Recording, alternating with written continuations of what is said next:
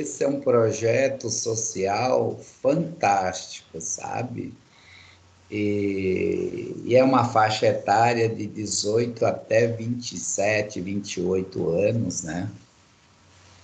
E é gratificante para a gente poder transmitir, orientá-los, né, para o caminho correto dentro da educação financeira, na escolha de uma profissão, qual mercado melhor de trabalho para eles, né?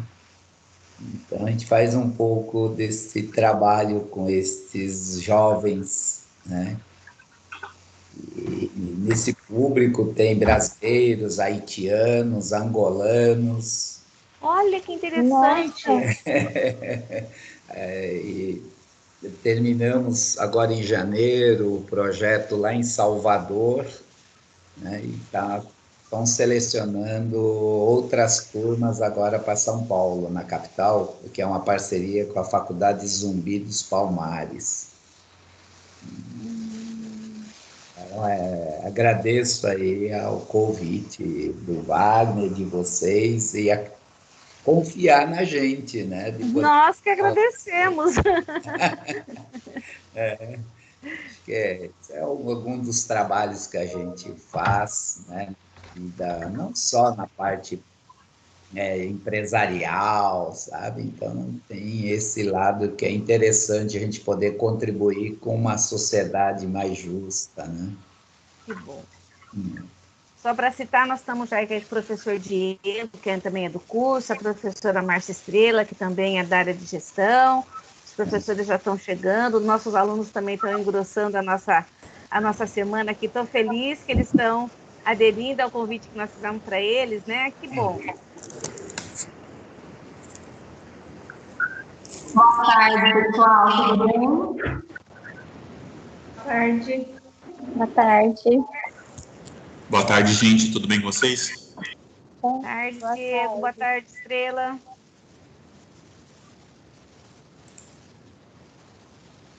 Boa tarde, pessoal. Boa tarde, Mário. Agradecer pela presença, né? Por compartilhar informações tão importantes, principalmente aí, né, do curso de administração. Nós temos outros convidados também, né, chegando, curso de RH, secretariado, marketing, serviço de jurídico. Obrigada novamente pela presença. Com certeza vai ser muito produtivo. Opa, obrigado.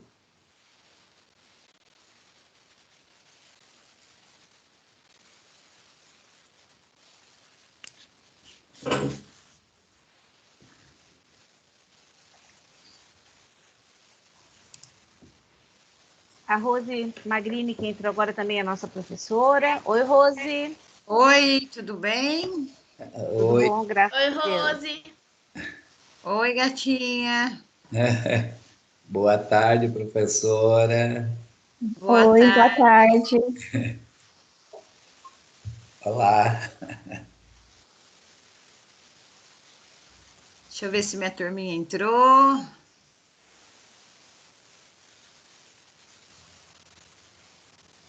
Estão entrando, Rose. Não, estou vendo aqui, Márcia. Eles são umas gracinhas, eles entram mesmo.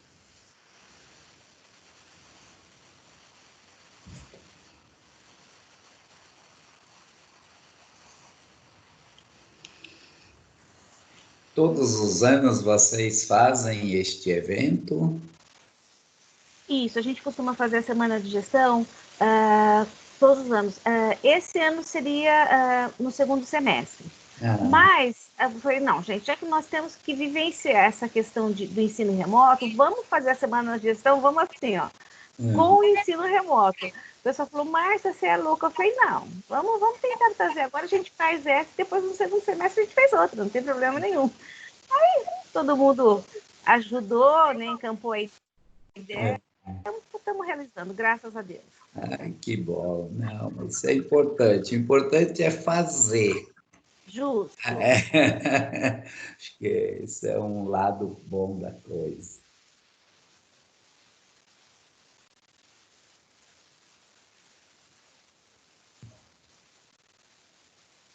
Vamos esperar mais 5 minutinhos, Maria? Depois, Maria Vitória, desculpa. Depois você pode começar, tá bom?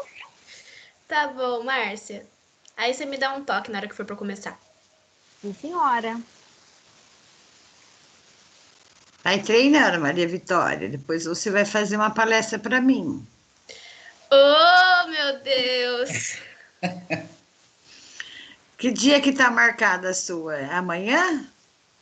Não, não é não. A minha vai demorar um pouco ainda. Acho que é uma das últimas. Ah, então tá. Amanhã tem seminário, né? Isso, Márcia. Olá. Às 8 horas. Eu vou mandar o convite para você lá na hora. Tá bom. O pessoal vai apresentar para gente as gerações. Ah, tá.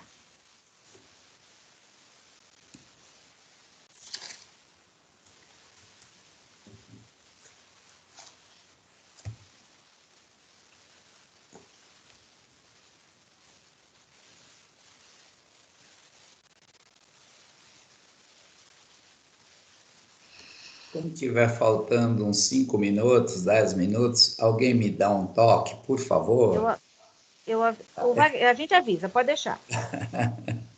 Tá? Só para fazer a administração do tempo, né? Dos 40 minutos, né? Tá bom.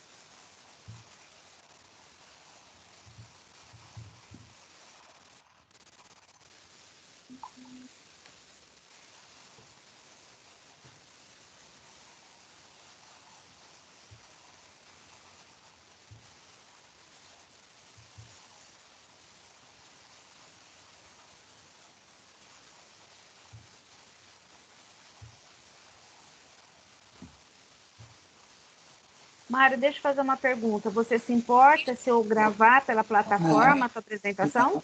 Não, inclusive você pode pode gravar, depois pode me enviar também, compartilhar nas redes sociais também, fique à vontade. Que legal. Tá bom, então, obrigada. Depois eu posso até passar aí. Bom, é fácil, né? LinkedIn é Mário Morishita, né? O Facebook particular também é Mário Morishita. O Insta é Mário.Morishita. Então é bem tranquilo. Tá bom. Tá? Fiquem à vontade, não tem problema não. Bom, gente, vamos. Porque eu sei que a Camila daqui a pouco tem um compromisso. Mário, vou passar aqui para a Maria Vitória, tá? Que é a nossa cerimonialista, e ela vai dar início à nossa semana de gestão, a parte da técnica, né, do ETIM. Má, pode começar, fique à vontade. Tá bom, Marcinha. Bom, boa tarde a todos. Meu nome é Maria Vitória Poesa Santos, eu sou do terceiro ETIM de Administração e sou diretora de Comunicação do Grêmio. Bom, a gente vai dar início agora à Semana de Gestão 2020 da ETEC Doutora Daiane Nunes da Silva, a nossa ETEC. Agradecemos a presença da professora Márcia Maria Pires. Dá um oizinho, Márcia. Oi, estava com o microfone desligado. Boa tarde a todos. Coordenadora de projetos responsável pela orientação e apoio educacional, representando a diretora Rosa Maria Heller Zuliani. E a coordenadora de projetos responsável pela coordenação pedagógica, Yara Otton Teixeira Ordem. A Yara tá aí? Não, ela também está em reunião com a Rosa. Ah, tá. Não tem problema. Muito felizes, agradecemos a presença também da professora Camila Baleiro Okado Tamashiro, coordenadora de projetos pedagógicos, GSE e CETEC, NRA 10, Regional de São José do Rio Preto, que acompanha os ETINs da nossa CETEC. Dá um oi, Camila. Oi, pessoal, boa tarde. Boa tarde. Boa tarde. Em nome Camila, das fala um pouquinho do seu trabalho para a gente, tá? Rapidinho. Então, vamos lá, pessoal. Meu nome é Camila, eu sou formada em informática, Posteriormente, eu fui fazer uma pós-graduação em administração, porque eu achei essencial a administração na vida de todo mundo. Também sou formada em técnico em administração pela ETEC, assim como vocês. E atualmente eu trabalho exatamente unindo a área educacional e a área pedagógica e administrativa das ETECs aqui da nossa regional. Então, eu acompanho os cursos dos ensinos médios integrados como vocês. Parabenizo toda a escola e a equipe gestora pelo convite e parabéns aos alunos por estarem fazendo a diferença nesse momento juntamente com os seus professores. Obrigada, Camila, por você estar presente com a gente. Obrigada, Camila. Em nome das coordenadoras do curso, Juliana do Paula dos Santos e Marcelana Loia Micali, agradecemos a presença dos professores e dos meus queridos colegas do curso ETIM Administração. Antes de dar boas-vindas ao nosso palestrante de hoje, vamos lembrar algumas regrinhas. Desligar o microfone para não atrapalhar a reunião, a palestra. Se quiser fazer alguma pergunta, utilize a mãozinha aqui embaixo ou utilize o chat. Evite se alimentar durante a palestra, desligue o microfone, o telefone e abaixe o volume, para evitar qualquer tipo de desconcentrar os alunos. É ideal permanecer até o final da reunião. Caso não puder, avise um coordenador ou um professor do curso. E agora o professor Wagner, vai apresentar para a gente o palestrante da tarde de hoje. Primeiramente, boa tarde a todos. Boa tarde. Boa tarde, Wagner. Boa tarde. Boa tarde. Boa tarde. Boa tarde, Wagner. Queria agradecer aí a presença de todos os alunos, todos os professores, a direção da escola, todo mundo que está aqui presente. Se eu esqueci alguém, desculpe. Mas hoje, em especial, nós vamos agradecer ao Mário Morishita, que aceitou aí o meu convite de estar aqui hoje e nos dar essa palestra aí, que eu tenho certeza que será incrível para o nosso conhecimento, tá? Quem que é Mário? Mário Morishita, ele é formado em pós-graduação em especialização em finanças, em administração e em direito. Se caso eu esquecer alguma coisa, depois você me complementa, Márcio. Não, pá, tranquilo. Foi extenso aqui. Também, tendo aí mais de 30 anos em experiência no mercado financeiro como executivo em um conglomerado de grande porte. Hoje aí é facilitador, treinador e palestrante de empresas, de cooperativas e instituições financeiras. Eu tive o privilégio em ter diversos treinamentos aí com o Mário, por uma cooperativa, foi onde eu conheci, né? Planejamento financeiro, custos e orçamentos, diversos treinamentos aí que me trouxe até aqui, acredito eu, que me deu o ânimo de ser um treinador, de ser um professor, tá? Muito obrigado. Hoje também, além de tudo isso, ele é professor de pós-graduação e MBA de Finanças e Gestão de Risco, tendo aí mais de 25 anos na carreira acadêmica. Agora a palavra é para o nosso palestrante para falar um pouquinho aí de planejamento e controle financeiro. Muito obrigado, Mário. Opa, valeu, Wagner. Bom, boa tarde a todos oficialmente agora. Né? Boa tarde. Primeiramente, quero agradecer aí ao convite do professor Wagner Ribeiro pela oportunidade. Né? É uma experiência nova, né? Fazer treinamentos, aulas online via webinar. Eu acho que isso é uma grande novidade, né? Nessa pandemia que nós estamos vivenciando. Tá? E agradeço aí aos professores, aos coordenadores de cursos, pela oportunidade da gente estar interagindo nesses minutos da nossa conversa. Espero que a gente possa compartilhar experiências e conhecimentos. Né? Então, fiquei muito honrado, professor Wagner, com o seu convite. Aceito imediatamente, acho que a gente poder passar um pouco daquilo que nós vivenciamos no mundo profissional, no mundo acadêmico, né, e falar para vocês, jovens, estudantes, né, eu acho que é um evento como Semana de Gestão, faz todo sentido. Estive olhando os palestrantes que vocês vão ter hoje à noite, amanhã e depois, né, tanto o José Eduardo, o Ricardo, com a Sandra, com o Ademil, com o Henrique. Os temas são muito importantes, gostei demais da escolha, né, dos temas das palestras desta semana de gestão, tá? Então, inicialmente, falar sobre planejamento e controle financeiro. A gente pode dividir isto, não é só para empresas. Eu acho mais importante que cada um de vocês, né, consiga levar estes conceitos para a sua vida pessoal. Por quê? As empresas, eles são apenas meramente um CNPJs. Atrás desse CNPJ existem pessoas, né, os sócios, os cotistas, que fazem a gestão e o controle financeiro das empresas. Então, muito dos assuntos que nós vamos abordar aqui serve mais para a vida pessoal e profissional de cada um. E para abrir rapidamente aqui o nosso bate-papo, né, esse encontro, nada posso lhe oferecer que não exista em você mesmo. É uma frase do filósofo Hermann Hesse. Não posso abrir-lhe outro mundo além daquele que há em sua própria alma. Nada posso lhe dar a não ser a oportunidade, o impulso e a chave. Eu o ajudarei a tornar visível o seu próprio mundo, isto é tudo.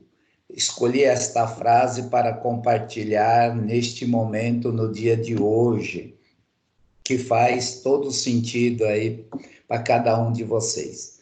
E o objetivo, né, do que eu preparei para nós conversarmos hoje é compartilhar conhecimento sobre análise, planejamento, controle dos recursos financeiros, né? Principalmente elaborando estratégias eficientes para maximizar o resultado do negócio, tanto da pessoa física e da pessoa jurídica, né? O que é esse maximizar o resultado? É você ter, né, patrimônio durante a vida que a gente trabalha. Depois, mais para frente, a gente vai separar um pouco as fases da vida e aonde é que nós devemos, né, maximizar o nosso capital, o nosso recurso financeiro, tá? E apresentar para vocês algumas práticas de mercado sobre planejamento, controle financeiro.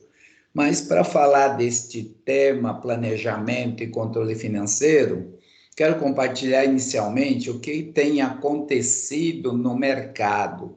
Eu sei que vocês vão ter, né, no dia 10 de junho, com o professor Ademil Lopes, né, sobre impacto da pandemia na economia, tá? Mas rapidamente, eu quero mostrar para vocês um dado do Conselho Nacional do Comércio, né, da CNC, falando sobre os endividamentos das famílias que atingiram recorde em março, tá?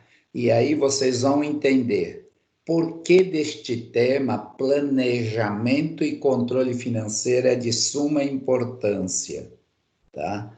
Vejam a realidade em números, né? Nós estamos com um aumento de famílias com dívidas de 66% e que aumentou para 65%. Portanto, é um recorde de endividamento das nossas famílias. Agora, por que chegou nesse nível, né? Simplesmente porque não se planejou, não teve controle financeiro e não definiu estratégias, né, de gastos e também, primordial, não teve controle do seu fluxo de caixa. O fluxo de caixa não é só para as empresas. cada um de vocês tem que ter o seu fluxo de caixa num Excel, uma série histórica e uma projeção do fluxo de caixa de vocês, tá? E o que é o fluxo de caixa? É você saber quanto de receita você tem dentro do mês e quais são as suas despesas que você tem, do tipo celular, internet, escola, transporte, etc, etc. Então, esta conta, cada um de vocês, é fundamental fazer este controle para não acontecer esta realidade que nós estamos vivenciando hoje no mercado. E as pessoas endividadas vão para cheque especial, crédito consignado, fazer financiamentos sem necessidade. E, além disso, o cartão de crédito é um dos perigos dentro desse endividamento, tá? E aí tem algumas coisas que a gente fala para o mercado, tanto no mercado empresarial como no mercado financeiro. Tenho feito muitas lives com vários consultores, colegas, né, de mercado. E uma das coisas que a gente vê hoje nessa pandemia é a falta de liquidez. Ou seja, as pessoas não se prepararam, né, para este momento de pandemia, que foi uma coisa assim inesperado, não só no Brasil, mas para o mundo inteiro. Então, esta crise que nós estamos vivenciando não é só uma característica do Brasil, mas sim do mundo, tá? Então, algumas coisas. Após o endividamento das famílias, nós vamos falar aqui rapidamente por que aumentou e a tendência é ter esta curva ascendente, né, no nível de atraso. O atraso que nós tratamos, uma coisa é você estar endividado e está conseguindo pagar. Outra coisa é quando você está endividado e começa a atrasar as suas contas, tá? Atrasa conta de luz, conta de água, conta de telefone, cartões de crédito, dívida de créditos de cheque especial, né? E uma das dicas que fica para vocês, né? Utilizar cada vez menos o nosso cartão de crédito, que é a dívida mais cara que nós temos dentro do processo de crédito no Brasil, tá? Então, veja que o endividamento tem aumentado muito, e este dado é de março, porque nós não tivemos ainda nenhuma publicação de inadimplência de abril, que foi o auge da pandemia que nós estamos vivenciando. E nós, como consultores, o que é que nós temos transmitido para o mercado, né? Como administrar este aumento da inadimplência? Muitos bancos já fizeram seu provisionamento, já se prepararam num balanço fechado em trimestre de março. Mas tem muitas empresas que estão sofrendo a sua paralisação na sua atividade. E quem vende a prazo está tendo um índice de inadimplência muito alto, tá? Então, veja só esses índices que eu estou compartilhando com vocês. Historicamente, a inadimplência sempre é mais elevada neste trimestre do começo do ano, porque nós temos muitas despesas, né, esporádicas no começo do ano, tá? E com esta pandemia, né, as dívidas de março teve um aumento tremendo, né? E esta inadimplência já esperada, que nós já estamos calculando isso, tá? E aí vocês têm alguns índices, né? Alguns indicadores, tá? E o cartão de crédito representa 78,4% em março, né, dos endividamentos, tá? E a economia parada, a negativação de CPF e CNPJs no mercado, né, se faz muito presente. Hoje, se nós pegarmos a quantidade de CNPJs no Brasil, nós temos mais da metade de empresas que têm algum tipo de negativação no mercado.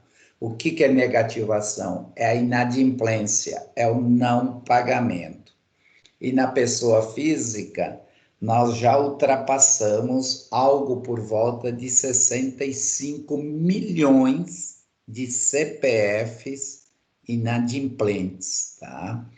Que está aqui alguns dados, é um dado um pouco defasado, que está em 63, mas nós temos dados já com 65 milhões de brasileiros que estão com atraso de pagamentos. Esse atraso de pagamento não é só nos bancos, é nos carnês das lojas, é nos crediários, né? E etc, etc. E aqui tem alguns dados de pessoa jurídica, e o segmento mais afetado, sem dúvida nenhuma, é o ramo de comércio, depois serviços. Tá? E regionalmente, a gente também acompanha a inadimplência no mercado brasileiro, né?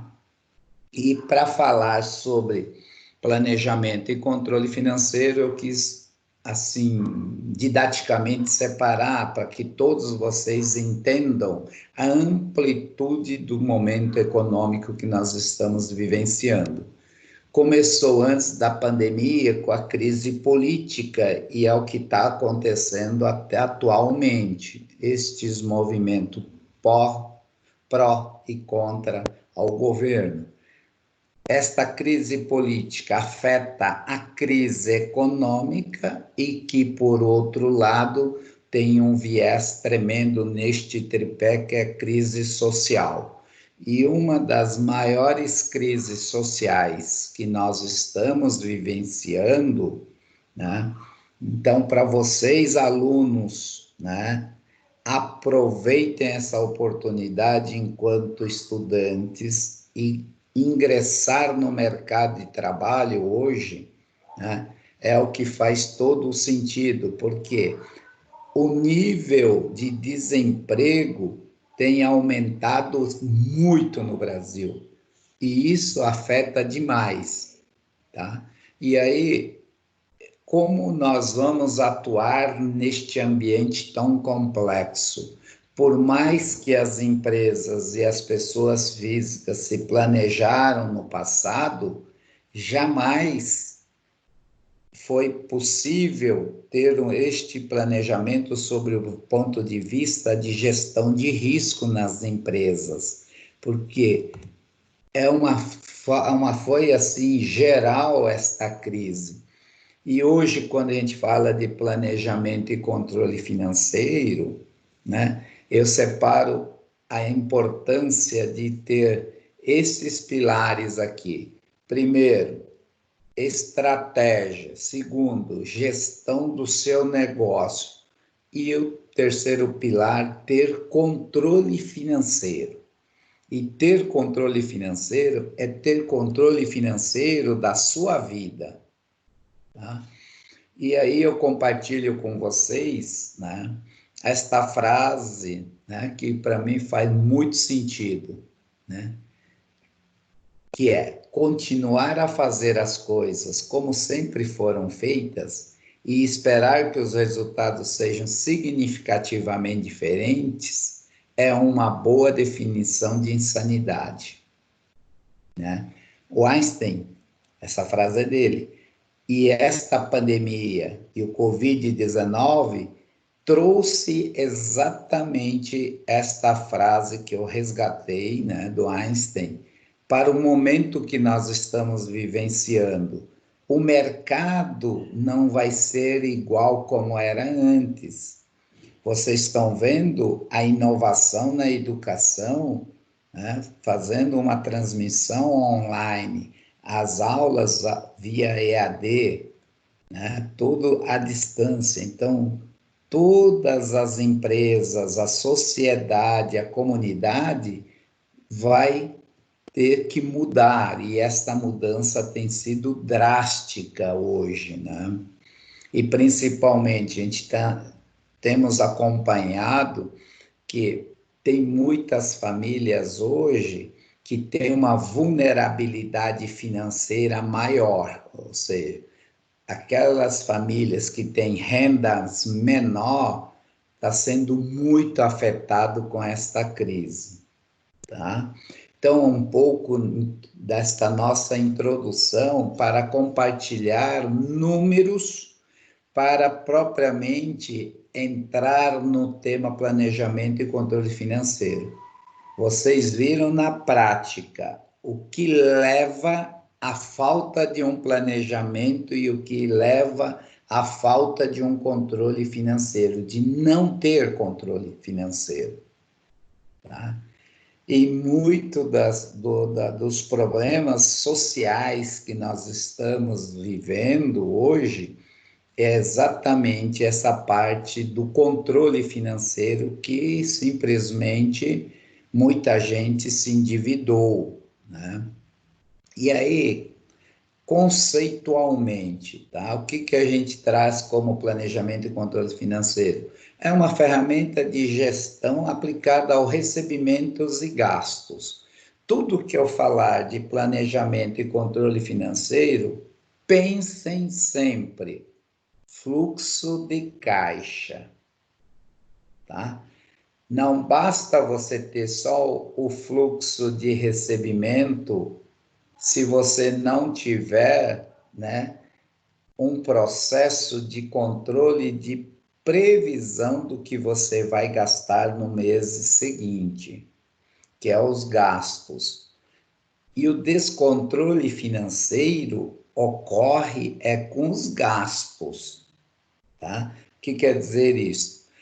Eu ganho R$1.000, só que eu gasto R$1.200, tá? Isto demonstra o quê? A falta do controle financeiro da sua vida, tá? E como o nome já diz, né? Ele serve para organizar todas as suas receitas e despesas, né? Tanto que já passou, como a que está por vir, que é o ponto do planejamento, tá? Planejamento é você pensar no futuro, tá? Exemplo, muitos de vocês jovens, né, sonham, né, um dia ter uma família. Você tem que se planejar para ter uma família, né, casar, etc. Além disso, ter a sua casa, a sua moradia, né? Tem muita gente que trabalha 40, 50 anos e não consegue ter uma casa para viver a sua aposentadoria, né? Ter um carro, um sonho de consumo de todos os brasileiros é ter um carro, ter uma casa.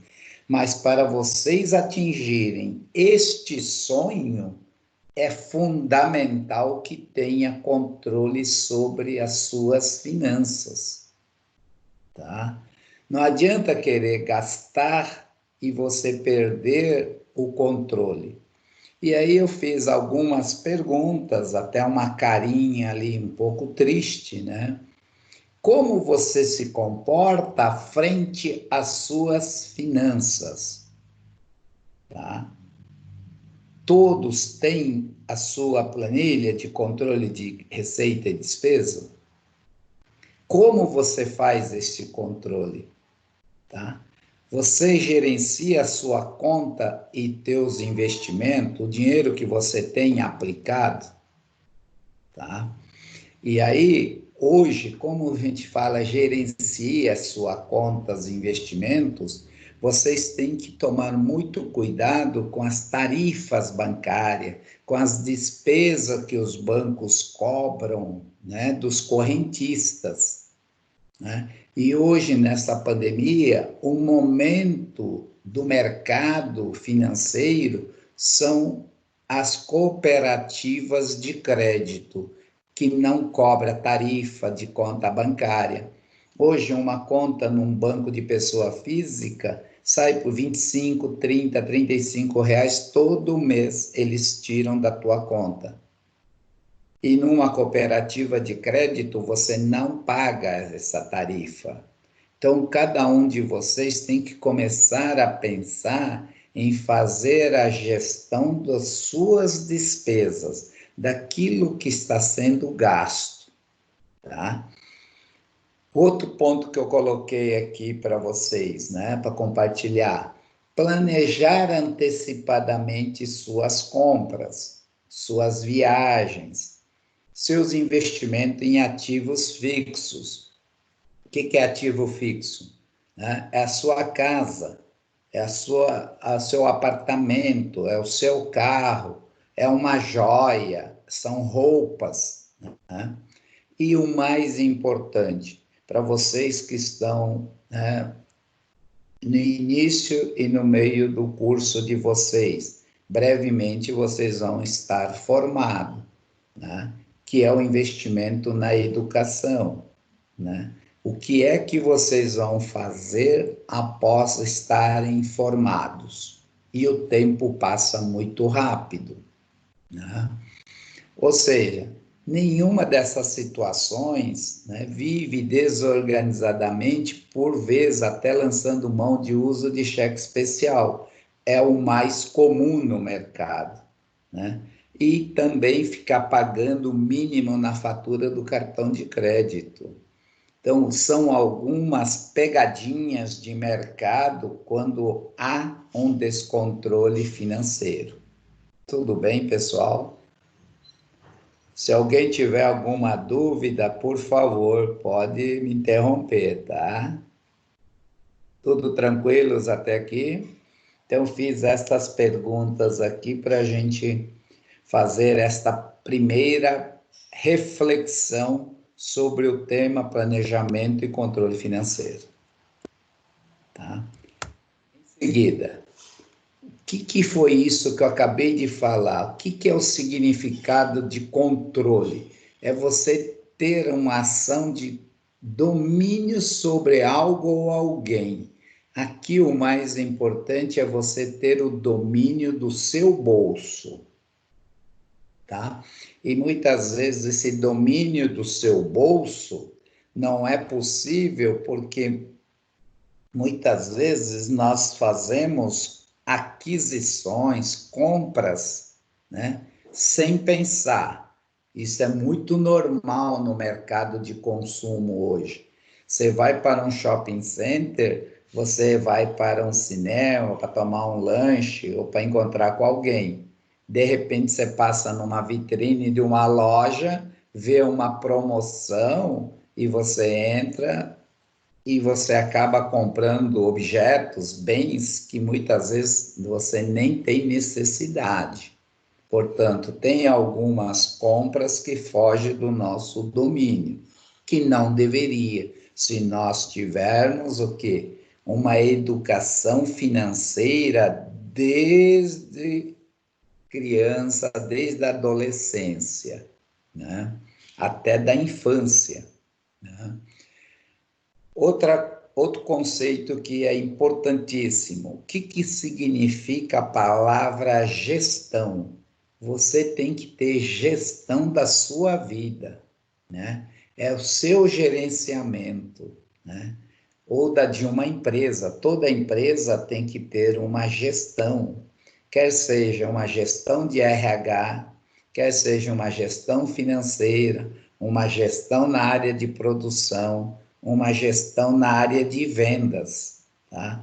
É assim que a gente usa a palavra gestão, é fazer adequadamente o gerenciamento de gastos, né, das despesas com os das receitas. Nas empresas, nós utilizamos muito o conceito de faturamento, e na pessoa física, nós falamos de rendas. Qual é a renda pessoal e familiar? qual é o faturamento da empresa e do seu grupo econômico. Então, isso tudo traduz a palavra gestão, tá? E a palavra que chama nossa atenção é planejamento, tá? Que é você saber qual é o objetivo que você quer, tá? Atingir. Exemplo, muitos de vocês que estão estudando, vocês já têm que estar se planejando para pensar numa pós-graduação, num MBA, né? Ou até num mestrado, ou até num doutorado. Isto, para mim, é planejamento da sua vida. E o planejamento da sua vida é você pensar: como é que eu vou ter uma renda maior se eu não estudar? Tá? Normalmente eu uso 3 palavras para encerramento, mas eu vou usar neste momento aqui com vocês, tá? Que desta nossa conversa de hoje, 3 palavrinhas que vocês não podem jamais esquecer, que é estudar, estudar e estudar.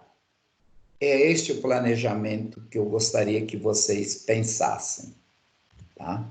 E aí eu trago conceitualmente o que é o planejar, o que é o controlar e o que é o executar este planejamento, tá? Então, vocês têm, planejar é pensar no futuro. Controlar, você tem que ter controle eficaz das suas despesas. Como é a sua performance e a sua conduta financeira econômica, tá?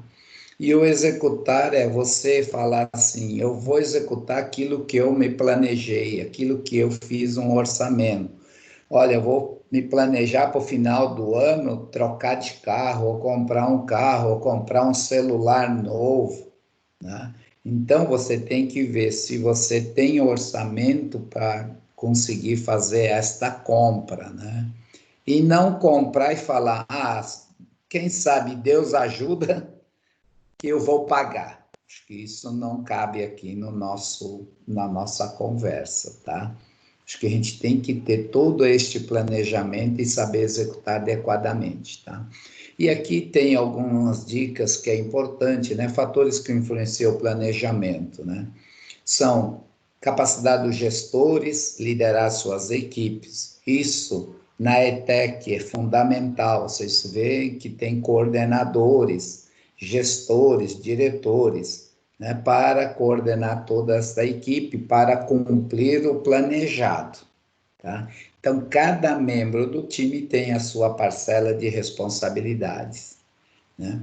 E todo o planejamento tem que estar claro e concreto o que cada um vai fazer, tá?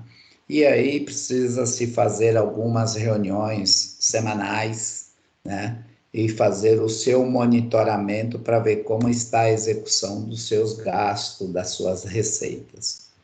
Tudo bem até aqui? Está muito rápido?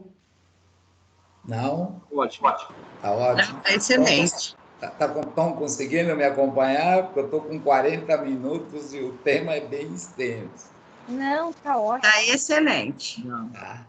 Então, vamos passar por um outro ponto que é fundamental, né? Planejamento, metas, né? O pessoal usa corriqueiramente no mercado, no linguajar coloquial, né, de mercado, metas. Qual é a tua meta? Tá? Em cima de resultados, tá? Então, quando a gente faz definição de metas, tá? Isso é fundamental. O que quer dizer isso? Saber qual é a tua meta pessoal, tá? Olha, no final de agosto, né, eu quero ter o melhor aparelho de televisão, de som, de, sei lá, o melhor carro. Você bota uma meta para você e você vai fazer o quê? Reavalia os objetivos com frequência, Seja objetivo, saiba medir os resultados, né? E o que acontece quando a gente fala seja objetivo e saiba medir os resultados? Muitas vezes a gente tem tantos objetivos que a gente não consegue medir isso, né? E nós, brasileiros, somos muito sonhadores, né? Nós gostamos de sonhar, ainda bem, né? Ainda bem, né? Então, sonhar, mas ter os pés no chão é o que a gente chama de medir os resultados, né? Criar metas reais que podem ser alcançadas, criar meta de acordo com as suas responsabilidades, em que prazo que eu quero chegar, né? E evitar conflitos no processo. Muitas vezes você tem duas metas que eles se conflitam. Aí você tem que parar e pensar, falar assim, opa, eu estava indo para um lado, mas eu quero ir para o outro. Então, estes são alguns momentos que a gente tem alguns conflitos na vida pessoal, né? Promova o comprometimento do colaborador ou da família, né? Se você tem metas pessoais, compartilha com a sua família. Isso é importantíssimo, né? Tá? Então, outra coisa, o planejamento financeiro, já disse na abertura, né? Sim, está inserido tanto na pessoa física como nas empresas e nas instituições financeiras, né? Tá? Opa. E alguns conceitos de economia que eu queria compartilhar com vocês, tá? Conceito de economia, né? Muitas vezes você ouve o pessoal falar, eles usam muitos termos técnicos, né? De conceito de economia, tá? E aí o melhor respaldo, né? Do que a gente tem visto, né? É você olhar qual é a sua economia doméstica, da sua participação dentro da sua família, tá? E o que é economia? São conceitos acadêmicos que permitem, né, que é um estudo pela qual a sociedade administra os recursos escassos, tá? E o melhor administrador para vocês que estão fazendo este curso na ETEC de administração, né? O melhor administrador, anotem esta frase que faz todo sentido na vida pessoal também. Administrar em momento de bonança, em momento de riqueza, qualquer administrador financeiro é bom. O melhor administrador financeiro é aquele que consegue administrar a sua vida pessoal e a vida de uma empresa, né, na dificuldade, na limitação de um orçamento. Tudo bem? Isso é importantíssimo para vocês entenderem este conceito de economia e finanças. Muita gente fala, fulano é um diretor financeiro famoso, esse cidadão teve sucesso, mas foi numa época que a empresa estava tendo sobras de caixas, né? Agora, neste momento da pandemia, esta crise que fez com que os caixas das empresas tivessem esta brusca redução, e é o que a gente tem visto com uma tristeza muito grande, é o fechamento de negócios no mercado. Principalmente, quem sofre mais é o médio, pequeno, microempresário. Tá? Por quê? Estas empresas, estes empresários sempre estão equilibrando o prato, né, na parte financeira. Então, são coisas que é importante a gente saber separar. E para quem está fazendo um curso de administração, este conceito eu falo para os meus alunos na pós-graduação. O melhor administrador financeiro é aquele que sabe administrar na escassez de recursos. Tudo bem? Aí, o que é o conceito de economia para vocês entenderem rapidamente? Tá? Vocês têm aqui um valor presente de um capital e um valor futuro. Como é que você sai de um valor presente para um valor futuro? Calculando através de juros, né? Que é a capitalização do dinheiro no tempo, tá? E a descapitalização é o inverso, tá? Juros é um dos maiores problemas da nossa economia brasileira, e para quem está anotando, por favor, anotem aí e estudem sobre o que é spread. Spread, escreve-se spread, com S mudo, tá? Spread, que é um dos maiores problemas da nossa economia hoje, tá? A taxa de juros da Selic, que é a taxa básica do Banco Central, é o balizador da taxa de juros. Nós estávamos em 14,25 um ano atrás, hoje nós estamos a 3%. O que isso demonstra? Que o Brasil está entrando num país de primeiro mundo em taxa de juros, ou seja, nós vamos ter taxa de juros negativo, ou seja, você tem um dinheiro sobrando, você para guardar esse dinheiro no banco, você vai ter que pagar para o banco. E hoje o banco te remunera, ele te paga juros pelo dinheiro que você aplica. Então, essa é uma mudança drástica na nossa economia, tá? Redução da taxa Selic num patamar de 3%, o Brasil nunca teve essa taxa, tá? E aí tem um conceito do que é Selic para vocês, né? Depois quiserem estudar. E aí eu fiz um levantamento sobre alguns países, né? E o Brasil, o peso do governo, né? Tá? Em termos de carga tributária, o Brasil é o concurso, tá? Nós temos vários tributos. Aí depois você comparar Dinamarca, Espanha e o Brasil tem mais de 90 tipos de impostos, tributos, contribuições, tá? Então são alguns conceitos que são interessantes para a gente chegar aqui, né?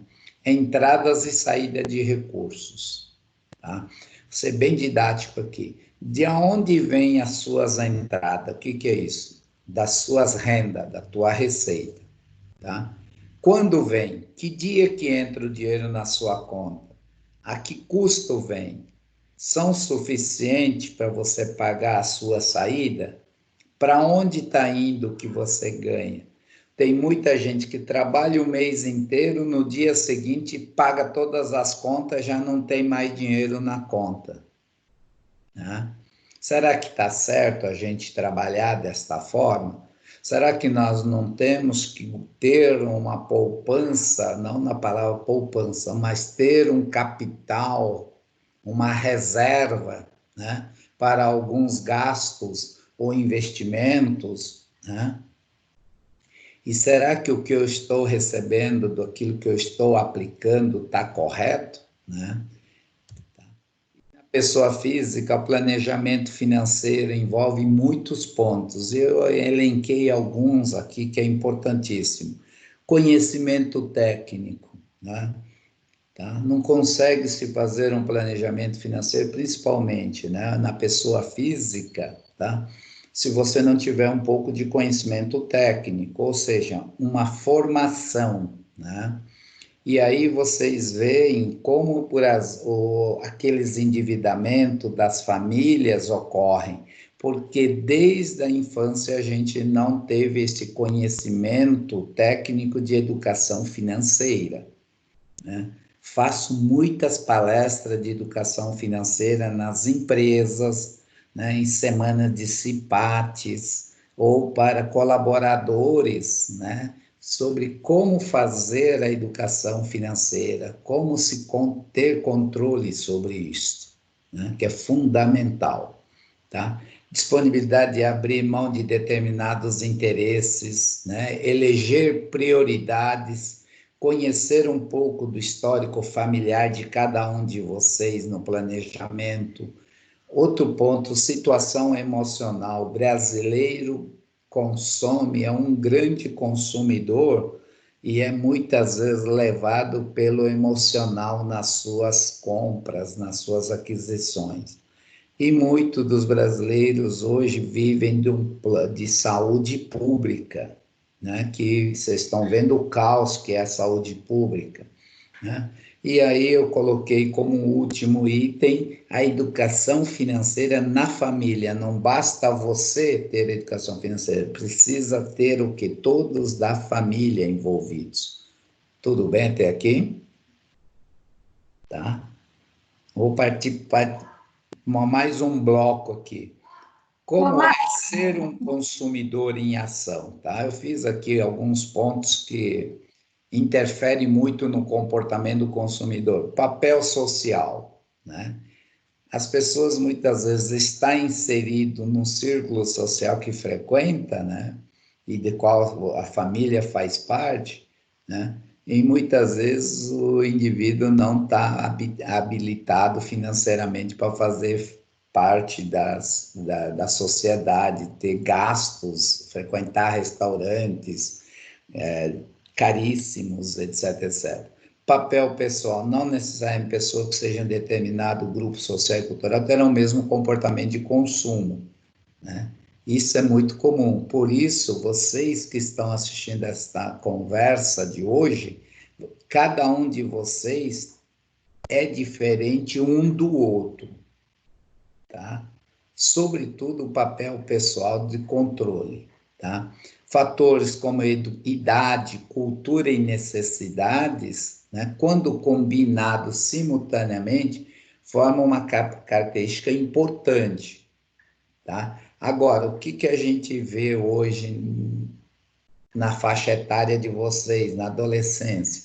Fatores como idade, cultura e necessidades, isso se mistura muito, tá? E aí tem gastos, despesas extras com a cervejinha, um churrasquinho, uma baladinha, etc, etc. Que aí passa por algumas coisas de cultura, tá? E o quarto ponto é medos e necessidades. Quais são fatores que podem interferir no comportamento do consumidor? Medos e necessidades, que é fatores ligados ao psicológico e ao emocional. Isso impacta diretamente no hábito do consumo das pessoas. E muitas vezes causam alguns traumas, né, que poderiam ser evitados, tá? Então, são pessoas, aqui eu trouxe um exemplo aqui, até coloquei aqui, né, pessoas que compram compulsivamente, né?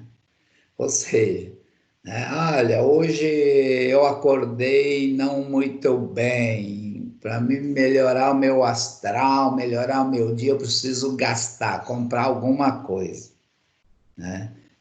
São situações que ocorrem, né? E aí tem outros exemplos, né, de pessoas, né, que quer investir, né, para não se envelhecer, quer se investir no aspecto pessoal também, isso faz sentido, né? Estágio de vida, também, cada um de vocês passaram por alguns estágios, principalmente infância para adolescência, juventude e lá na frente a velhice, né? Cada estágio que a gente vive, a gente adquire um tipo de experiência que pode ser impactado diretamente no estilo de vida de cada um de vocês, tá? Então, cada estágio de vida depende de como é as suas prioridades e os seus hábitos de consumo. Isso é muito importante vocês saberem, né? E outro fator que eu estou compartilhando com vocês são essas novas tendências, né? Que é o tal do modismo, né? Muitos de nós nos endividamos por modismo, pela modernidade, de querer estar na crista, olha, eu quero estar igual o meu amigo, quero estar com a roupa igual do fulano, comprar o tênis, comprar calça, roupas, etc, etc, tá?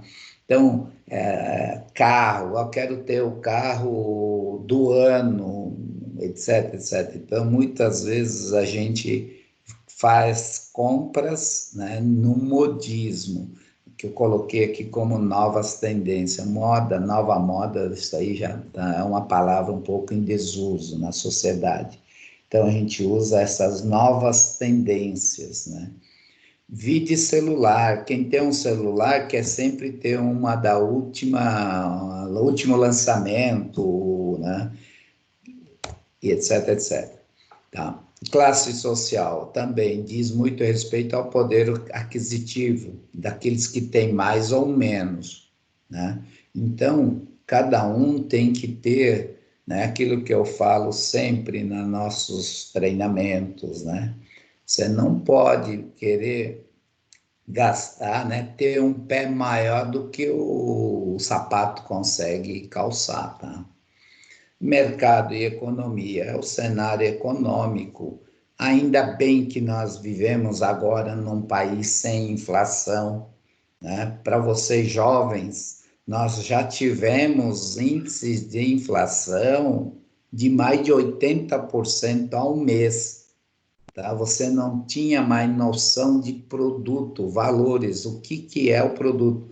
Na hora que você ia pegar um produto, já estava mudando na mesma hora o preço, tá? Então, essa parte de economia e mercado também é um fator que eu trouxe aqui, como nós devemos nos comportar como consumidores, tá? E o nono item aqui, tá? É muito mais fácil saber se o produto cumpre o mesmo que promete, se não é o mesmo. E aí hoje tem muitos produtos que o pessoal, as empresas, as indústrias têm lançado para atingir uma determinada classe sociais, né? Tá? Então influencia o comportamento. E um dos outros, último item aqui, são as novas tecnologias que influenciam o comportamento do consumo. E principalmente, né, nós estamos falando aqui de uma plataforma que está permitindo nos comunicarmos. Hoje, a minha residência é São Paulo, mas hoje eu estou numa cidade de 15 mil habitantes, chamado Glória de Dourados, no Mato Grosso do Sul. Tá? Então, através de plataformas, eu consigo me comunicar com o Brasil todo, ou até com o exterior.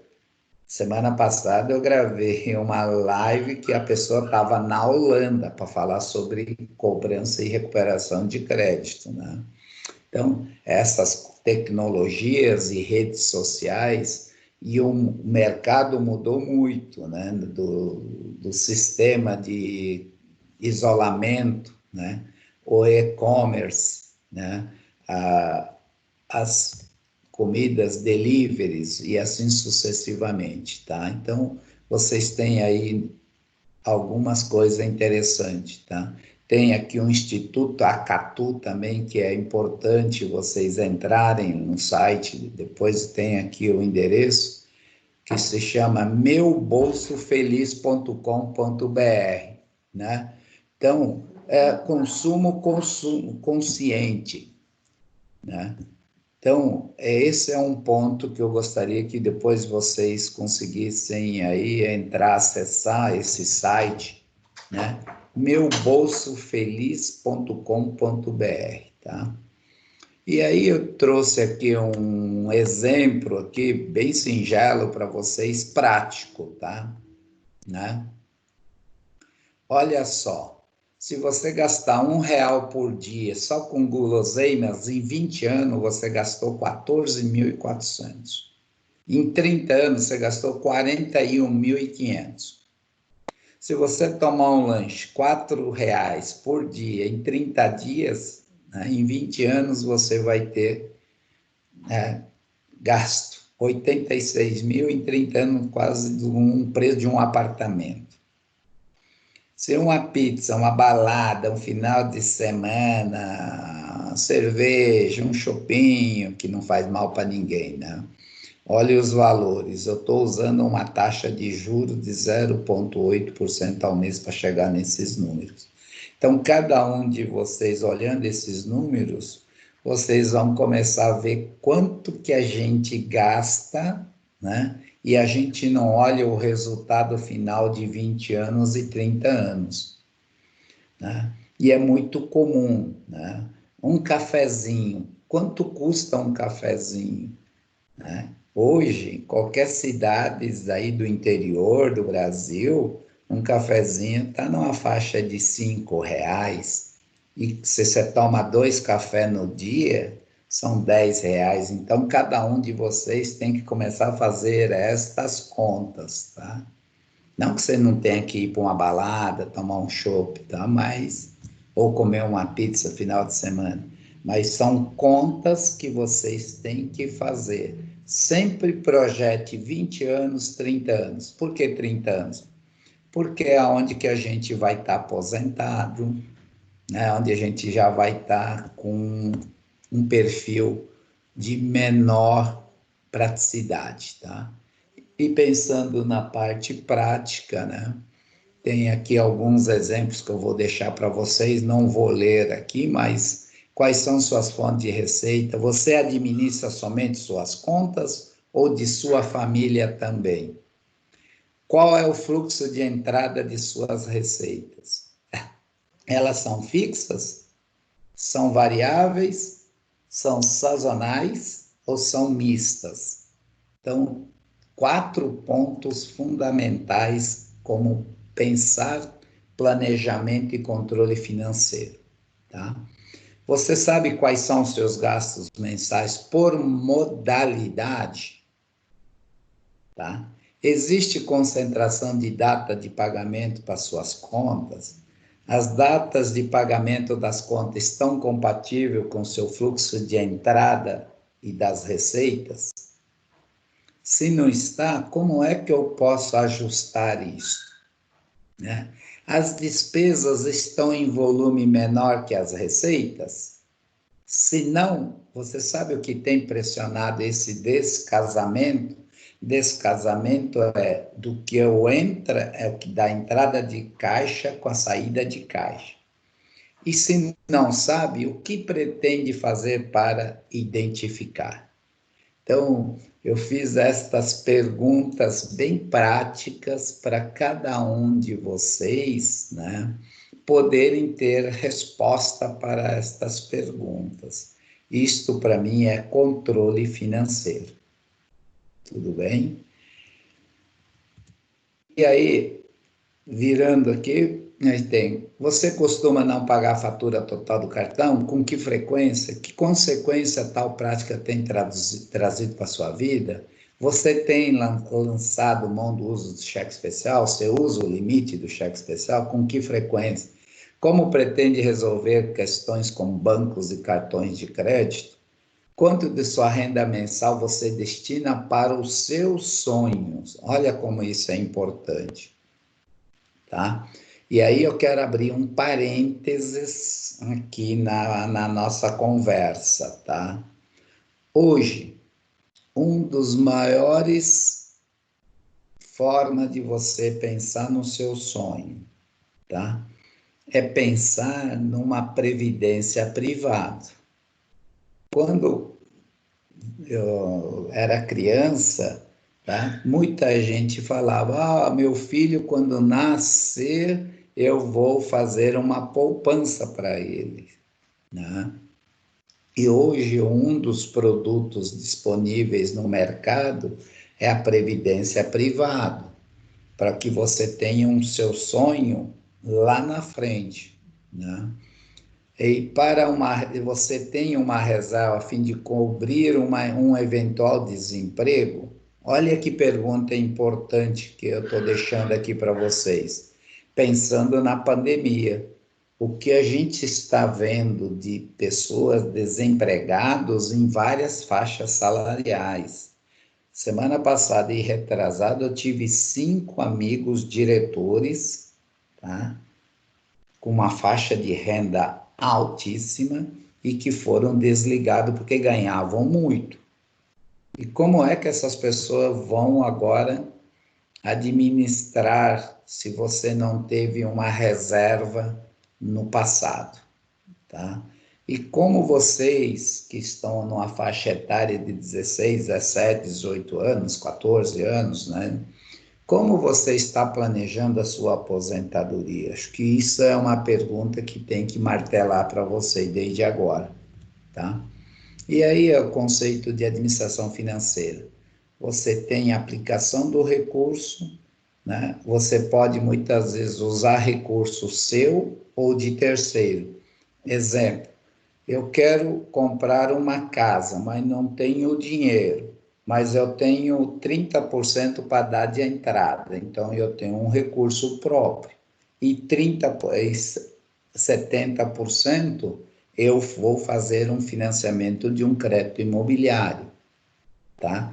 Esse equilíbrio vai te dar um resultado, né, de geração de resultado, que é não pagar o aluguel mais, né? Então, isto é pensando na vida de cada um de vocês, tá? E uma empresa, pensando na vida da empresa, é um pouco este processo produtivo, né? Com todos os stakeholders que tem em volta, né? E o ambiente interno, tá? Toda empresa tem que gerar um resultado econômico financeiro positivo, que é o lucro da atividade, tá? Aí eu fiz uma visão sistêmica, né, do que é uma empresa, né, tá? A administração financeira, a importância de quem faz a administração financeira é este conceito de liquidez e rentabilidade. Então, todos os administradores financeiros têm que ter esta visão, tá?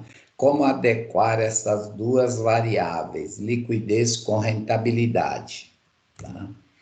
E para as empresas, né, para vocês que estão fazendo um curso técnico, né, dentro do planejamento e controle nas empresas, né, o controle financeiro, né, o planejamento financeiro são feitos através das análises de demonstrações financeiras, que é a nossa contabilidade, né? Tá? E o papel da contabilidade, vocês tiveram esta aula, né, na administração, né, de conceito de contabilidade, é ter informações de diversos tipos de usuário que subsidiem a tomada de decisão. Este é o conceito mais assim que eu consigo passar para vocês de forma bem sintética. É ter informações, né? Se eu tenho informações, eu consigo planejar e projetar, né, melhor, tá?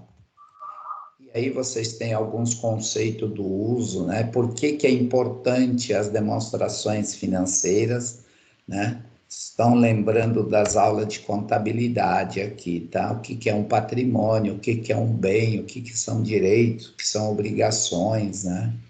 Que é uma representação gráfica aí que a gente traz para vocês, até fiz aqui ilustrativo aqui, tá? Né? E aí o conceito tradicional da contabilidade, ativo, passivo, que é o balanço patrimonial com a sua DRE, né, que é a demonstração de resultados, tá? E o mais... Oi? Eu posso fazer uma pergunta para o senhor? Pode. Ainda falando sobre, né, planejamento, né, no assunto ali anterior, quanto o senhor indica, né, para que a gente possa investir por mês do nosso salário? Qual a porcentagem exata, né?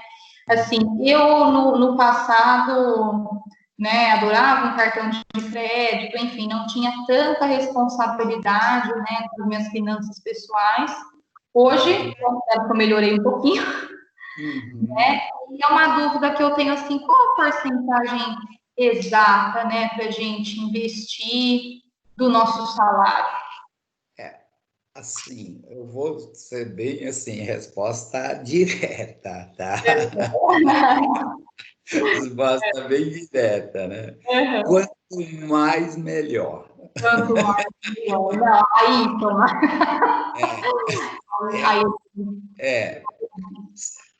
principalmente, né? Quem mora com os pais, você tem menos despesa, certo?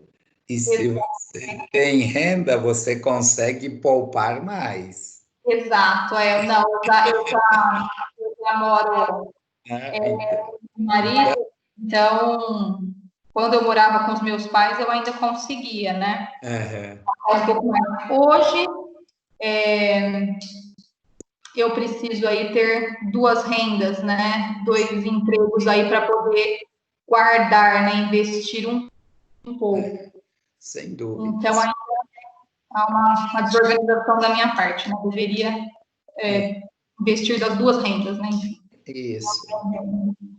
Não, é importante ter duas rendas, eu vou te explicar por quê, tá? Eu tive uma vida profissional num banco, né? Sou oriundo do Banco Itaú Unibanco, tá? Comecei como escriturário, cheguei a um cargo executivo no banco em 30 anos, né, de bancos, tá? E trabalhava 10, 12 horas, 11 horas no banco, eu era responsável pelo banco inteiro, né, em termos de crédito, de aprovação de crédito, tá? E tirava 2, 3 noites na semana para dar aula na faculdade ou em pós-graduação em MBA, sabe? Então, eu tinha duas fontes de renda, mas é o quê? Não é o fato de você ter duas rendas que você vai gastar mais, né? Então, é sempre importante, se você consegue guardar 20%, 30%, aí você recebe férias, 13º, né? Então, você consegue guardar um valor maior, né? Nesses recebimentos, tá? Então, a poupança que eu digo, guardar o dinheiro pensando no futuro, para mim, isso é ter o controle financeiro da sua vida financeira. Tudo bem? Entendi, Mário. Obrigada, viu? Nada que isso, tá? E aqui, voltando então, balanço patrimonial, né? Ativo, passivo, DRE, que vocês tiveram aí algumas coisas de endividamento e rentabilidade, né? Lucro. Como é o lucro de vocês? Tá? Como é que vocês montam a DRE de vocês? Tá? Né? Você pega tudo que você ganhou no ano, né? Que é o teu imposto de renda. O imposto de renda é a sua DRE, tá? E que tem que ser entregue agora até o dia 30 deste mês, né? Final deste mês, né? Então, o imposto de renda é a fotografia da tua DRE, que lá você sabe quanto você ganhou, né? Quais foram as deduções que vocês tiveram, quais foram as despesas, quais foram despesas reembolsáveis, né? Então, quanto você pagou de plano de saúde, etc, etc, etc, você chega numa apuração de resultado, né?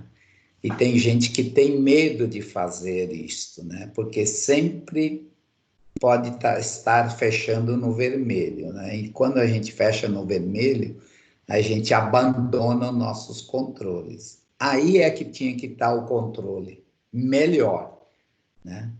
E saber aonde é que tá sendo o peso maior das nossas despesas, tá? E aí vocês têm a DRE aqui, que a gente trata no mercado, né? O conceito de EBIT, EBITDA, esses são nomenclaturas de mercado para análise e controle de pessoas jurídicas, tá? Para empresas que têm demonstrativos financeiros. E aí, compartilhando com vocês alguns índices, né, de rentabilidade, né, estrutura de capitais, né, que vocês já viram ou vão ver aí durante o curso de vocês na administração. Até que a gente traz para vocês liquidez. Hoje, índice de liquidez, a gente chama de liquidez velha, porque não serve para nada esses índices que a gente aprendeu no passado, tá? Hoje tem outras formas de se analisar um demonstrativo financeiro sem se prender, né, nesses índices de liquidez geral, corrente e seca, tá? Então, a gente trata da liquidez nova, tá? Então, que é a cobertura da dívida total pelo EBITDA, cobertura da dívida onerosa pelo EBITDA, tudo em cima do EBITDA. EBITDA é quanto que a empresa gera de cash flow, de fluxo de caixa operacional, tá? E aí entra o conceito de ciclo operacional, né? Prazos médios de recebimento de venda, estoque, fornecedor, que é o ciclo financeiro, tá? E aí tem alguns prazos médios comparativos que a gente faz para vocês entenderem um pouco este conceito, tá? E para vocês que estão fazendo o curso técnico de administração, tá? Esta parte aqui é o fundamental, né? E que quebra as empresas estão aqui, tá? Toda empresa quebra não é no endividamento financeiro, na alavancagem financeira, tá? Toda empresa começa a quebrar e termina quebrado na falta de capital de giro, tá? A falta de capital de giro faz com que as empresas busquem recursos no mercado, em bancos, em factoring, em FDICs, tá? É isso que quebra uma empresa. Oi? Conta aquela história que uma vez você contou para mim, falando do capital de giro. Isso. A franquia que faz lanches, que o seu balanço, que o seu resultado não era tão legal, mas ela tinha um grande capital de giro. Não sei se você lembra desse caso. Compartilha comigo, Wagner. Tanto exemplo que eu dei. Foi um caso que você contou para nós em um treinamento uma vez, que a empresa ela abria várias franquias de lanchonete e o seu patrimônio, o seu DRE, né, melhor dizendo, ele fechava com prejuízo, mas o seu capital de giro, eles vendiam muito lanche. Então, eles acabaram vendendo a franquia por um valor assim, muito alto e muito lucro. Eu só não lembro o nome da franquia. Eu vou te falar. O Grupo Madeiro. Isso mesmo. Conta um pouquinho dele aí para nós. O Grupo Madeiro é interessantíssimo para vocês, tá? Que é um exemplo assim de mercado e que teve sucesso, tá? O Grupo Madeiro, né, é do Júnior Dusk, tá? Era um dono só e ele começou a vender hambúrgueres, né, em containers, em rodovias, tá? À margem das rodovias, tá? E esse negócio de vender lanches em container começou a dar certo para ele, porque o produto, a carne e o hambúrguer que ele fazia era artesanal, ele tinha a receita daquele hambúrguer. E aí ele foi tendo sucesso e ele foi abrindo franquias, né? Até era loja própria, aí o pessoal viu que estava dando certo, o pessoal começou a querer fazer franquia da Grupo Madeiro. E ele ficava pondo capital. Tudo que ele ganhava, ele investia no negócio dele. Tudo que ele ganhava, ele investia no negócio. Tá? E aí, o que acontece? Como o negócio dele cresceu muito, tá? Ele tinha uma necessidade de capital de giro tremendo para gerar o negócio dele. Tá? Mas ele não tinha patrimônio para toda essa geração de vendas que ele tinha na empresa dele. E aí ele começou a buscar dinheiro de terceiros, pagar um dinheiro mais caro. Mas por que ele buscava o dinheiro mais caro, né? Porque esse dinheiro mais caro que ele estava pagando de juros, o negócio do hambúrguer dava muito mais dinheiro, ou seja, tinha mais resultado, retorno, tá? do que ele ficar pegando dinheiro em bancos. Então, ele conseguia pegar dinheiro em banco, pagar juros e ainda, na venda dos hambúrguer, ele ter um retorno o dobro daquilo que ele estava pagando no banco. Tá? E ele fez isso por muitos anos, até que ano passado, né, os bancos fecharam as portas para ele. Tá? Porque ele trabalhava com o seu patrimônio líquido negativo, quer dizer o quê? Se a empresa fechasse hoje, ele não tinha patrimônio para pagar nem os ativos dela, tá? Ou tirar as dívidas, tá? Então, os bancos, o mercado não emprestava dinheiro para ele, tá? Por quê? Era análise errônea de demonstrativos financeiros, porque todo o conceito de passado que os bancos utilizavam, que empresa com PL negativo é uma empresa quebrada. E a gente sabe que não é isso. Ele pode ter um PL negativo, mas se ele tiver um ciclo operacional e uma geração de caixa, tá? Ele fica no mercado por muitos anos, tá? Que é a tal do EBITDA, que até está na tela aqui anterior, tá? Então, o que aconteceu ano passado? Teve um fundo americano que chegou e falou, escuta, Júnior, você quer vender tua franquia? Né? Ele falou, vendo. Ele vendeu, acho que 60%, 70% da franquia por algo por volta de 500 milhões de reais. E quanto que ele devia desses 500 milhões? Acho que 200 milhões. Portanto, de um dia para o outro, ele ficou com mais de 300 milhões em caixa no bolso. Portanto, ele já era rico por causa da atividade que ele tinha. E ainda ele vendeu uma participação que ele botou líquido no bolso dele 300 milhões de reais, gente. É muito dinheiro.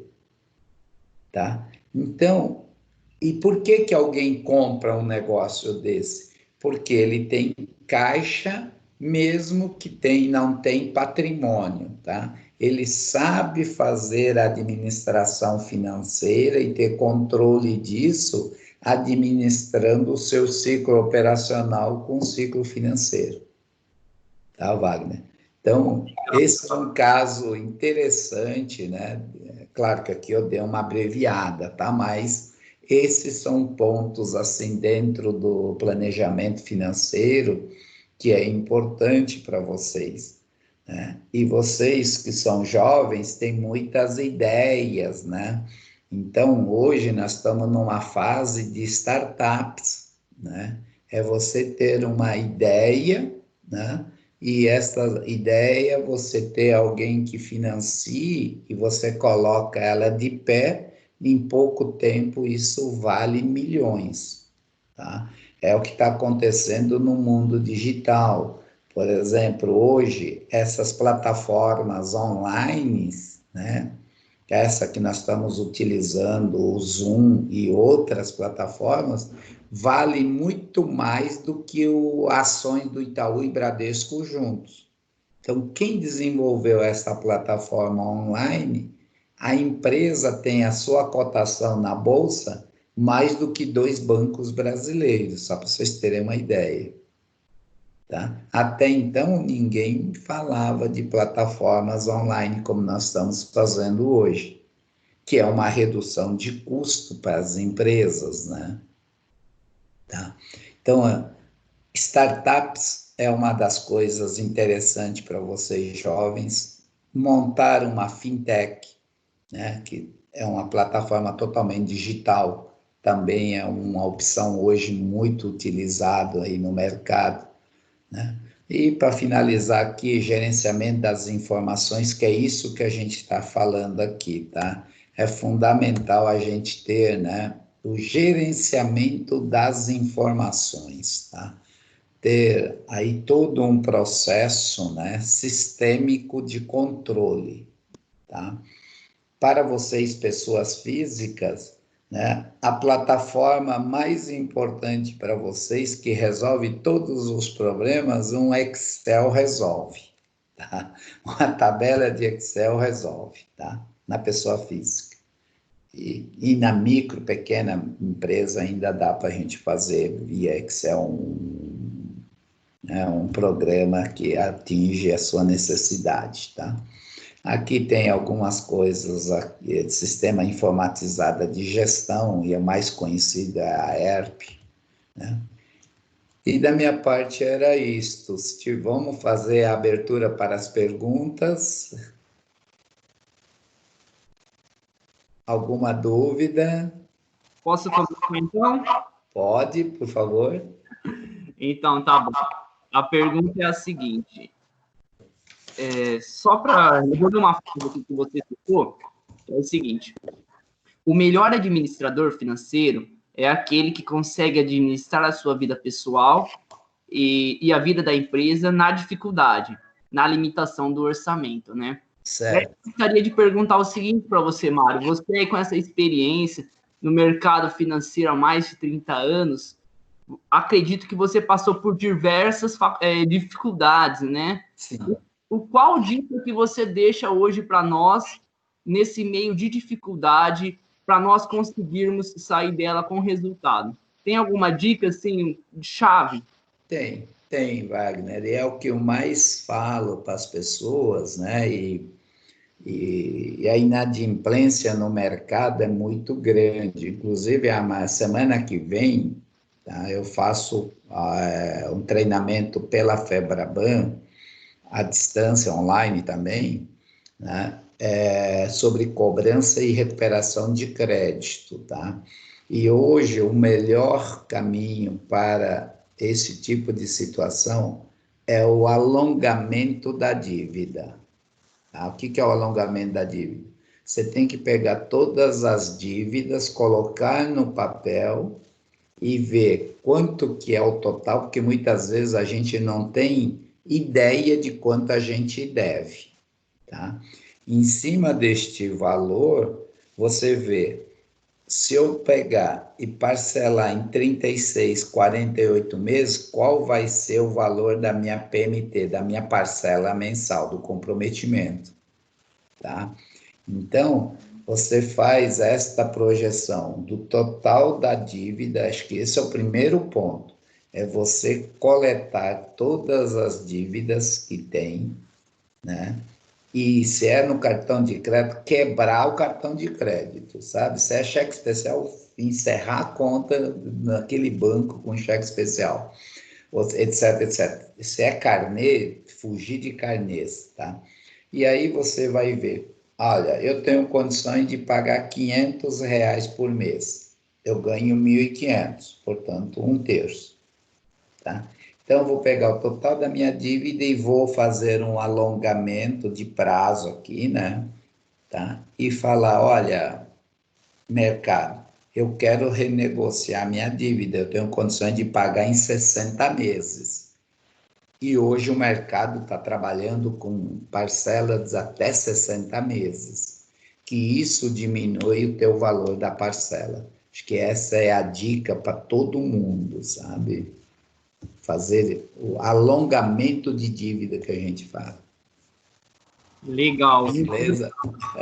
Boa pergunta, Wagner. Boa pergunta. Gostei. Boa. Gosto de dizer que tudo isso aqui que nós temos, esses treinamentos, essas palestras, é como se fosse uma sementinha. Hoje é plantada uma sementinha em cada aluno, em cada professor, em cada pessoa que está aqui. E aí agora nós começarmos a cuidar dessa sementinha, regá-la, para que vire uma árvore, um fruto aí legal para a nossa vida. Muito obrigado, Mário. Opa, que é isso, professor? Mário. Oi. Eu queria fazer um comentário com você. Eu acho que o nosso bate-papo perceberem que o assunto finanças, ele pode ser muito empolgante e muito atrativo, né? E principalmente porque ele é muito presente em todas as nossas vidas. E como a Estrela falou, por enquanto todos eles ainda estão dentro de casa, mas é dentro de casa que eles vão ter que começar a pensar isso com os pais e daí para frente para suas vidas em particular, né?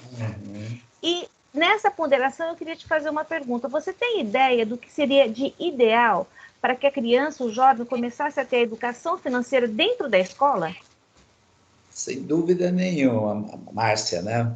Tá, professora? Isso.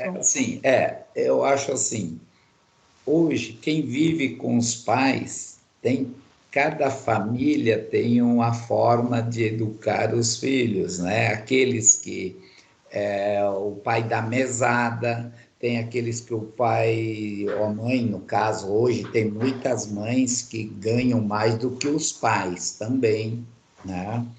Então, tem várias formas de você fazer a educação financeira com os seus filhos. Uma delas que eu faço e deu certo, eu tenho 2 filhos, de 32 e de 33 anos, são 2 engenheiros, né? Desde o começo, eles tinham um valor X por mês. Então, dentro daquele valor, eles tinham que se virar para comprar todas aquelas coisas que eles queriam.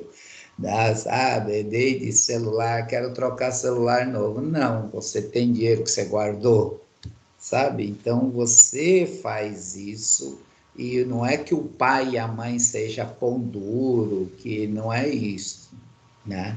Mas era uma forma de você falar, você tem que controlar o que você está ganhando.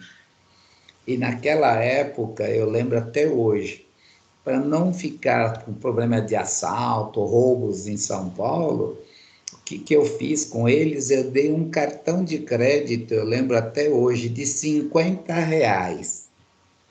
sabe? Que era o quê? R$ 50. Quando você está numa emergência, tal, sei lá, estou no cinema, quero tomar um lanche, não tenho dinheiro, deixei o dinheiro em casa, você tem um cartão de crédito que você vai, usa, e aí no fim, quando vinha a fatura, ele tinha que me pagar com o dinheiro dele, ou seja, era desse jeito que a gente educa os nossos filhos. E hoje o pai mais do que faz o quê? Porque o pai é o mais ausente dentro de casa, né? Que quem educa os filhos são as mães. E o pai sempre passa a mão na cabeça do filho. Tá? Então não tinha essa pedir para a mãe, pedir para o pai, era igual, era combinado. Né? Acho que isso é uma educação financeira para eles crescerem sabendo o que é que eles têm que gastar, né? Tá? Acho que isso é legal. Alguém mais tem alguma pergunta? Eu gostaria. Eu gostaria de fazer uma pergunta. Primeiramente, um comentário, professor, agradecer a forma acessível que o senhor conversou conosco, né? Levando em consideração que são alunos do técnico, né? E dizer que passou um filme aqui na minha cabeça, porque parece que eu fico lembrando meus pais falando, tem que poupar, tem o tempo das vacas gordas e o tempo das vacas magras, né? E eu tô vendo bem agora o que é um tempo de vacas magras, né? Para todos, né? E, professor, mas eu não poderia desperdiçar essa oportunidade, né? De perguntar para o senhor qual o prognóstico que o senhor faz para a economia do nosso país nesse tempo de crise aí que a gente vai estar passando. Boa, excelente. Gostei da pergunta, gostei. Obrigada. Primeiro lugar, a mudança nos hábitos que nós estávamos acostumados. Mudança de hábito, acho que essa é a grande mudança na sociedade. Tá? Principalmente consumo de roupas, né? Essas coisas vão mudar muito. As empresas estão entregando espaços, né, onde alugava prédios, salas, porque eles viram que o home office funciona muito bem. Então, a palavra-chave para mim é redução de custos, redução de despesas. Acho que tem muitas despesas que a gente estava fazendo, só que a gente não estava vendo quanto que a gente estava gastando, né? Porque tudo era acessível. E na hora que você entra no isolamento, você vê que muitas coisas que a gente gastava, que tinha de despesas, né, eram desnecessárias, né? Restaurante é o exemplo típico, né? Quantas vezes, né, a gente no final de semana juntava a família, passava, vamos sair para almoçar, vamos sair para jantar, e agora com esse isolamento você não tem mais essa opção, né? Então, esse é um pouco do que eu acho que nós vamos, sim, sair desta crise, tá? Mas bem diferente da forma como nós entramos, né? E uma das formas bem diferentes é cada um de nós nos conscientizarmos que aquela fase que nós vivíamos, nós não vamos ter mais. E cada real vai ser bem mais valorizado cada vez mais. Ou seja, quem não soube poupar vai passar por esta crise sem muita afetação. Mas quem ganhava bem e gastava bem é o que está sofrendo agora, né?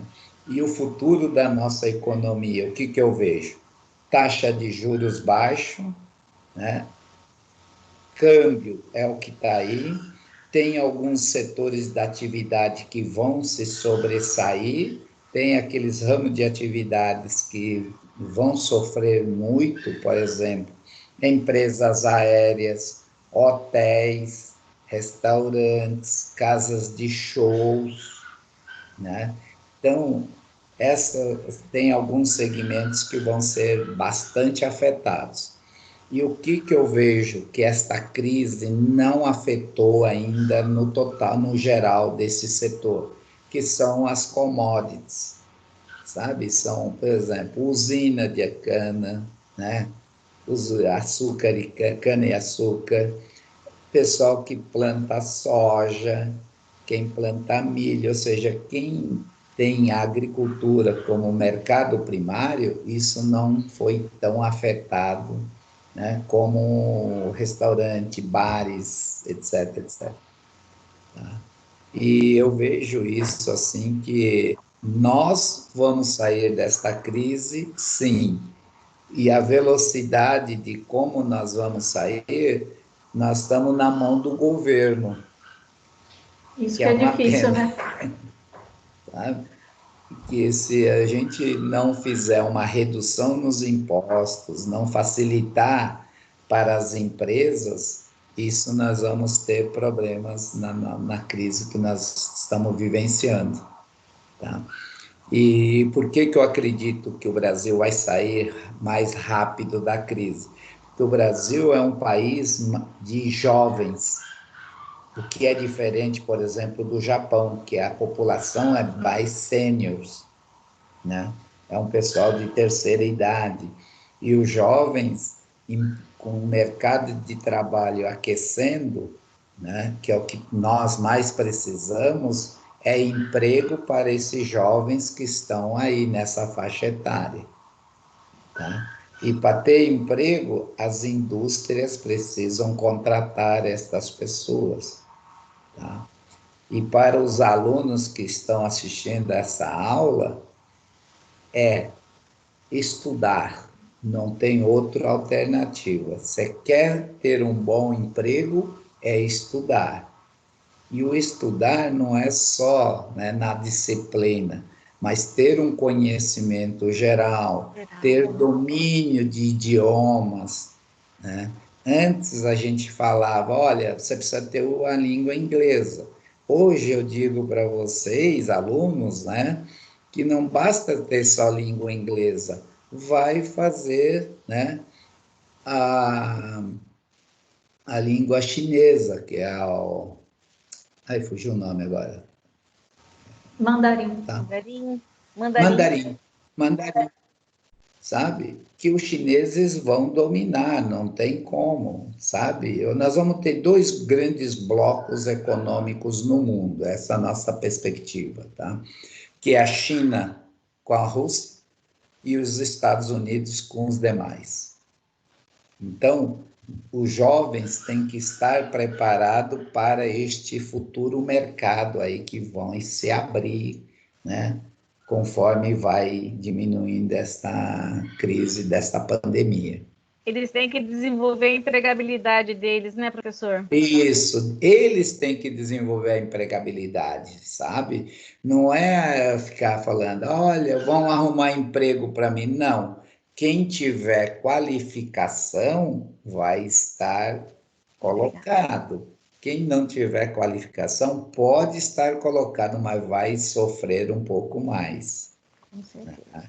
Acho que esse é, assim, uma dica que eu deixaria para os alunos aí, né, da escola, que eu acho fundamental. Né? E fazer aquilo que gosta e ser feliz. É isso que é importante. Wagner, faz as honras aí, encerre com o seu colega aí, já deixa aqui nossa gratidão por ele estar com a gente nessa tarde aqui. Legal, então. Mário, muito obrigado novamente por ter aceitado o convite aí. Acho que eu não estou falando só por mim, estou falando aí pela turma, pelos professores, pela toda a escola. Muito obrigado aí de coração por ter vindo aí totalmente gratuito para nos ajudar, para nos dar um pouco do seu conhecimento, tá? E eu espero aí sempre contar com você.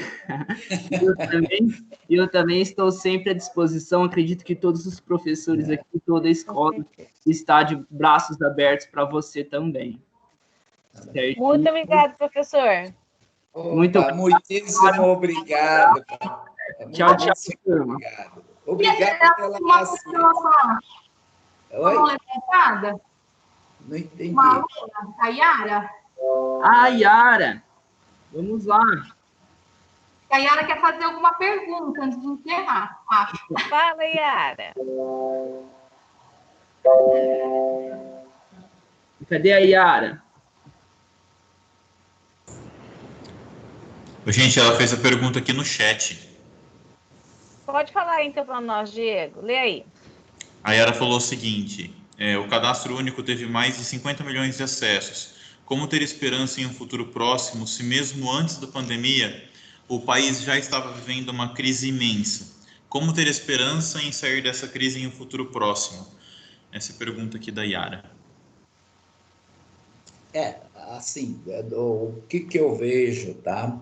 Esta crise antes da pandemia é aquele tripé que eu mostrei para vocês logo na abertura, logo nos primeiros slides, né? O que se fala na mídia, né? Essa crise política, tá? Parece que o Brasil só tem este problema, né? A crise política. E essa crise política faz com que todos os setores, tá, entrem numa paralisia geral. Tá? E veja só como é que era antes da pandemia. Tá? Nós tínhamos planejado que este ano de 2020 ia ter um crescimento no PIB do Brasil por volta de 2,5%. Tá? Então, nós acreditávamos, né, no crescimento do Brasil para o ano de 2020, porque nós tivemos 2018, 2019, uma economia na marcha lenta, e este era o grande ano, tá, da nossa economia. Mas, diante desta pandemia e diante desta briga política, de interesses políticos, vocês viram que afetou a credibilidade do governo.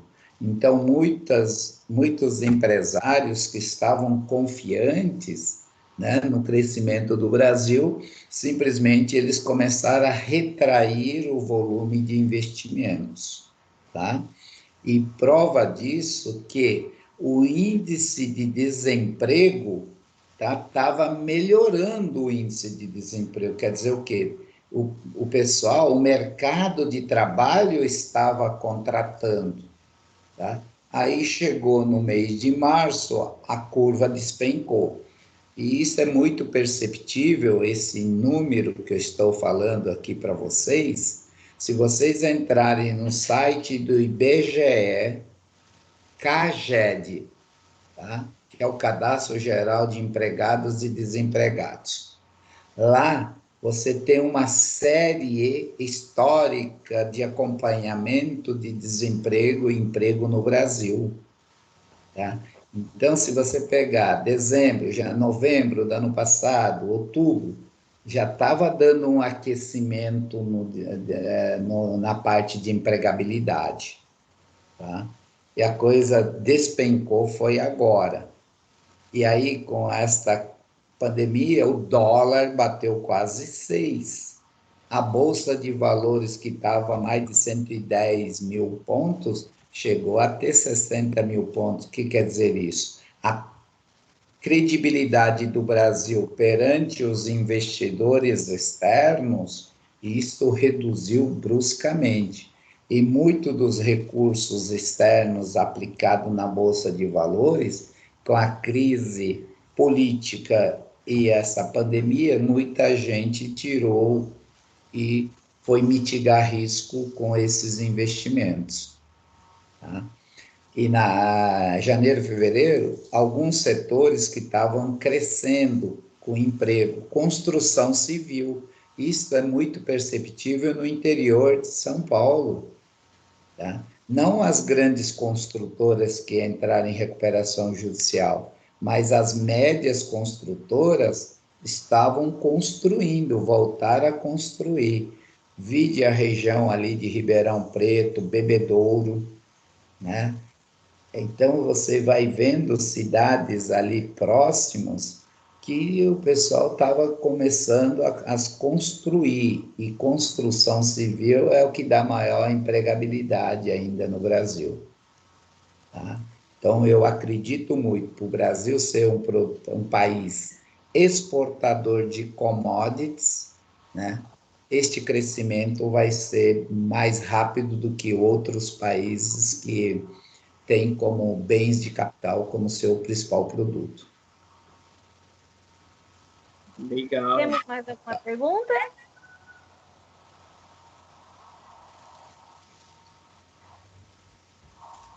Não? Não, acho que não. Acredito. Wagner? Certinho, Mário. Então, fala aquelas palavras de novo. Opa! Muito obrigado mesmo, de coração. Um Opa. abraço. Olha, obrigado a vocês, muito obrigado, professor Wagner, obrigado aí, né, a ETEC, a direção, aos coordenadores, né, pela oportunidade de poder compartilhar um pouco aí alguns momentos aí que eu acho interessante e que cada um, né, faça uma reflexão daquilo que vocês ouviram. Veja aquilo que faz sentido para você, para sua família, né? E que vocês tenham muito sucesso, né? Hoje e no futuro, mas dentro de ter um controle financeiro é primordial para vocês realizarem os seus sonhos, né? E da minha parte, muitíssimo obrigado aí aos professores, aos alunos, e foi uma oportunidade para mim muito gostosa de poder falar aí e conversar com cada um de vocês. Tá bom? Professor, nós que agradecemos, foi muito enriquecedor.